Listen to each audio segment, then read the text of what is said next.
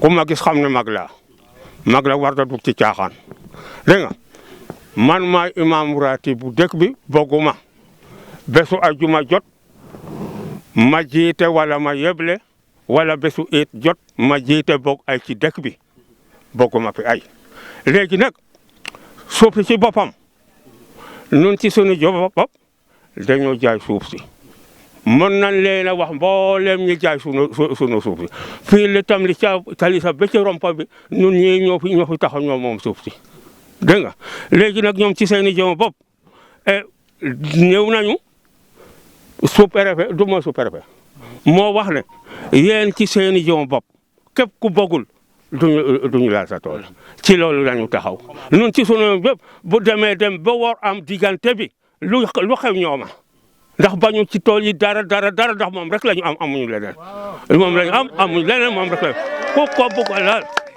ko bëgg a laal ak ku mu mën a doon ñu jëflante ak yow lii dal la jaay nañu lépp ba sama tool sax ngoor jaay na ko Riyad Yatin sama tool ngoor jaay na ko Riyad Yatin ba dem na waa comité rural ba defal Riyad délibération ba ma dem ci Riyad mu jox ma libération bi ne ngoor ma ko jox loolu weer la moom kon sunu suuf daal bañu ci dara amuñ ci négocier amuñ ci masla amuñ ci dara ndax masla jarañu maase.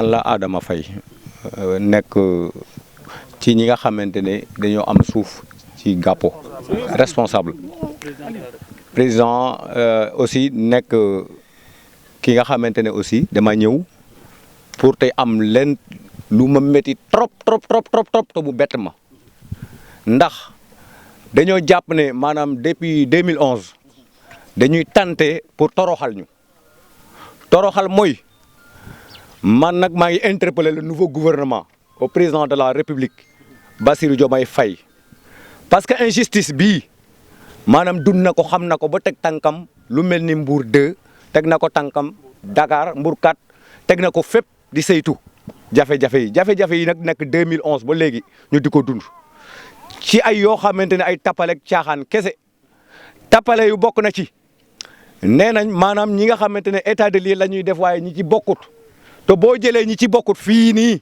dëkk bi jeex ñetti nit lañ mën a defal état de lieu ñoo xam ne nañ d'accord nañ dem nañ jàpp nañ ci ay noy su doole di leen toroxal ci ñoo xamante ne ni maanaam seen suuf si lañ yaakaar ay boromi doole ñëw di jënd mooy on a des preuve mooy lii Amadou Gaye la Amadou Gaye dëkk Njaareem boo seetloo kër yu bëri jënd na ko di fa def ay oto yu yàqu mu am fii terrain bii ngeen xool 19 parcelles yoo xamante ne maanaam da ko fee jënd te borom am fi ndey am fi baay juddoo fi yaroo fi mage fi Amadou Gaye amu fi dara ndax jënd ko ñun duñ seetaan loolu duñ ko nangu bakkan du ko fekkee te lotissement amu fi beneen bi mooy bii Ngor Sène moo ko témoigné ñaata parcelle la loo xam ne da koo jaay dañ koo jaay ka nga xamante mu témoigné ko te nekkoon président conseil rural ndax ñun dañuy lotiser lu wala dañuy jaay ñu ñëw dagatee suñu suuf si pasare ko jaay ko ba lépp jeex ñu taxaw bëgg a def forcing googu duñ ko nangu dañuy rëy ba ñu jeex takk nag benn mooy maanaam monsieur le maire maanaam moom ba mu xamee ne lii la jublu pour def ko bu fekkonte ne ay pexem antu na Bassirou Diomaye Faye du falu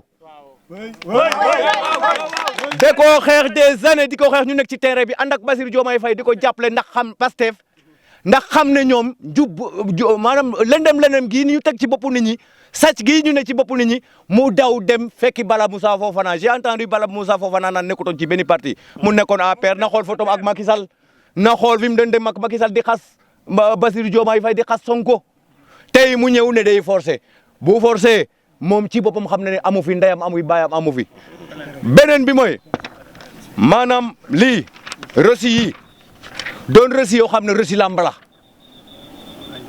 moom lañ doon encaissé xaalisu nit ñi naan leen maanaam frais de bornage ma jàpp ne frais de bornage quittance lay doon nga yóbbu ko trésor ñu versé ko trésor public ñu versé ko waaye defuñu ko ñu indil ñu ay reçu lamb di ñu feye ko xaalis loolu du fi amee beneen bi ma ci bëgg a teg mooy ñun ñu am mbetteel trop ci administration parce que tey bu ñu ñëwee taxaw fii commandant ci boppam nan man administration moo ma yebal ma ne ko ma jàppoon ne loi la nit ki bu nekkul ci yoon maanaam di ba ndoxatal ne si doole ma jàpp ne ñoom war na ñoo mën a sauver mu taxaw naan demal na gunge pour ñu def seen maggu yi est-ce que ça va passer ça ne passe pas. yaa ngi dégg beneen bi mooy ñu dugal benn plainte ñu def enquête joxe les preuves yi yëpp mu ngi fi tege ñu xool ne xam ne lii bu fekkoonte ne dëgg la xam nga ne yoon maanaam buur kenn du xeex ak moom du dëgg depuis 2000 fukki at ak benn xam nga ne buur bu nekkee ci dëgg nga teg ci yoon waxtaan ak moom ci lu leer ba pare li ma gën a naqari mooy loolu maanaam ñi ñuy waxtaanal ñoom amuñu fi dara ñi ñuy waxtaanal ñoo amoon yërmande ñun ñi nga xamante ne dëkkandoo dong leen bëgg ñu yëkkati di leen may di leen dagal ci suuf ñu dëkk ñooñu ñëpp tey ñuy dem mu am set ci ñoom ñoo xam ne da leen di copte ci suuf ñu naan mën nañ ci suuf si dara pour ngeen joxe ko pour ñu def bokk ak ñoom maanaam maguy gi loolu du jàll.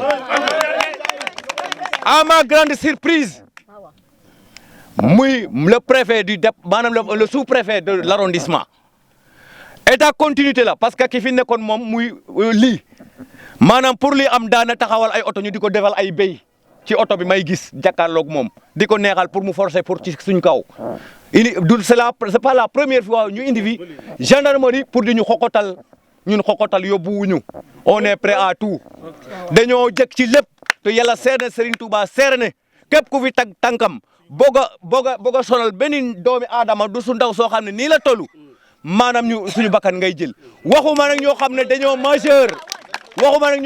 majeur war a am kër amuñu kër foo taxaw ci séeréer yi fii biir dëkk bi boo waxee ñu ne am naa fa ñaari terrain foo taxaw Amadou Gaye preuve yaa ngi ne Amadou Gaye bu muy amee 19 parcelles ci njën la ci doole la ko def ma ne nag maa ngi interpeller le président de la République son excellence ak son premier ministre lii nii taxul ñu fal leen dañ leen a fal pour ñu toppatoo askan wi dañ leen a fal pour ñu jàppale a doomi aadama yi to buñ jàppale doomi aadama yi dinañ gis la xewoon mbaan dina fi amaat bakkan dina fi won sous-préfet ci boppam taxaw na ci l'enquête maanaam biñ jàppee Mamadou mi nga xamante ne moo doon def lii nga xam ne bàyyi moom tool bi mu taxaw carrément ne ko boo yeboo woon bàyyi Amadou Gaye te ngeen xaajoo tool bi ndax loolu lu wala moom administration noonu lay doxee ma ne ku ñu yeboo arrêté bu ñu yeboo arrêté ngóor si bu deewoon ci kaso bi wala mu gën ci biti lii du dox ñu bàyyi ko lii nañ ñu bàyyi ak suñu suuf wala ñu xool loo xamante ñun ñi nga xam ne ñoo moom mbir mi ñu waxtaan ak ñun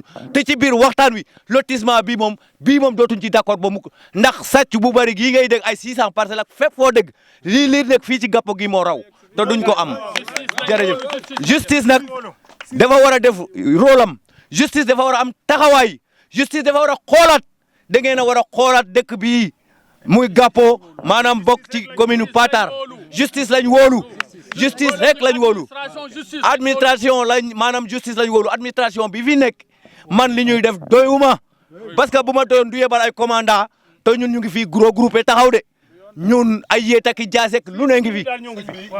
Comme l'a si bien dit nos prédécesseurs, c'est Mamadou Faye. Je suis le propriétaire de ce champ. Je suis en même temps le promoteur qui avait voulu faire quelque chose ici. Je pense que ce qui se passe à Gappo nécessite une dénonciation de la part des autorités.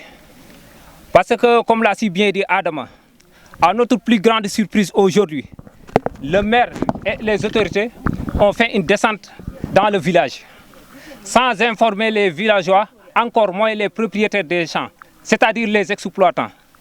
Donc, ce qui veut dire que eux, ils ont voulu faire un forcing. On a eu l'information la nuit, c'est ce qui fait qu'on s'est réunis ici le matin. Donc je pense que nous lançons un appel solennel à monsieur le président de la République, monsieur Bassirou Diomaye Diakhar Faye, pour qu'il sache que ce qui se passe à Gappo, c'est un bradage foncier. Et ça date de 2011. Toutes les autorités ont venu ici, ils ont passé et ils n'ont même pas fait l'état des lieux. Donc le maire qui est ici, il est en connivence avec quelques gens du village et ils veulent continuer cette démarche. Et nous disons non à cette démarche. Non. Parce que ce qui s'est passé dans le village, ça n'était jamais un lotissement, mais ça c'était un vol qu'on a su compris dès le départ. il y avait des contestations depuis 2011. De 2011 à 2024, il y a toujours des contestations. À notre plus grande surprise, le maire a fait une descente aujourd'hui, a voulu faire un état des lieux. Or que, il n'a même pas consulté les exploitants, c'est-à-dire les propriétaires. C'est moi qui vous parle. J'ai été arrêté à cause de ce foncier. Donc, ce qui veut dire que tout le lotissement a été bradé. La preuve en est que M. Amadou Gaye, un opérateur économique à Diourbel, a été vendu 19 parcelles ici dans ce site. Et les autres sites sont partout. Ils ont été vendus par d'autres opérateurs économiques. Cela veut dire qu'il y a des gens qui ne sont même pas du village. Ils ont bénéficié de 20 parcelles, 19 parcelles, 30 parcelles. Le maire, en l'occurrence, moi je lui avais voulu rencontrer. Il m'a dit que ça a été impossible. En voyant que j'ai commencé à construire ici, il m'a appelé et il m'a fait savoir que cette zone-là a été réservée comme une zone industrielle. Ce qui a été une très grande surprise. Parce que comment on peut réserver une zone sans autant informer le chef du village? Parce que moi, j'ai envoyé une sommation au chef du village. Je l'ai envoyé à M. Amadou Gaye. Même je l'ai envoyé à M. le maire. Lui, il n'a pas voulu répondre à notre sommation. Et il nous a fait savoir que cette zone-là a été réservée. C'est de ce fait qu'on a déclenché une procédure judiciaire. Donc, l'enquête est en cours. Comment peut-on accepter une enquête qui est en cours avec les autorités, c'est-à-dire le commandant de la gendarmerie de Ndoulo, est en cours d'enquête pour le lotissement, le foncier de Gapo, et en même temps, le maire et les services techniques sont fait une descente en nous disant qu'ils veulent faire l'état des lieux. L'état des lieux sur quoi?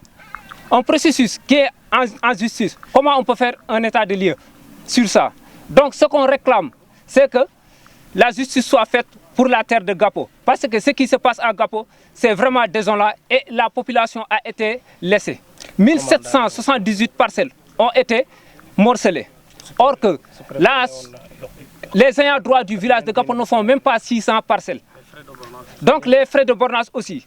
Nous demandons que cette lumière soit faite sur l'argent qu'on avait versé. Parce qu'au préalable, on nous avait dit que vous allez verser, les propriétaires des champs, vous allez verser 5 000 francs. En contrepartie, on a versé 25 000 francs. Et on réclame que cet argent-là soit clarifié à notre niveau aussi. Donc, ce qui se passe à Gapo, vraiment, nous lançons un appel solennel à toutes les autorités, en l'occurrence, Monsieur le Président de la République, Bassirou Diomaye Diakhar Faye, qu'il sache que le maire qui s'est rallié sur PASTEF à une semaine des élections a voulu ternir peut-être l'image de ce qu'on connaissait de PASTEF. Cela veut dire que PASTEF qu'on connaissait, c'était le Djoubal et le Djoubanti. Donc le maire ici, à Patar, a voulu vraiment changer ce slogan. Et nous lançons un appel à M. le Président et à M. le ministre Moussa Bala Fofana, qui sait, je pense qu'il est derrière lui. Qu'il sache que son maire Adjoussen, ce qu'il est en train de faire à Gapo, on ne le laissera passer. On ne le laissera pas passer. Et tout ce que ça demande, on le fera, Inch'Allah Rabbi. Si ça demande de combattre, on combattra.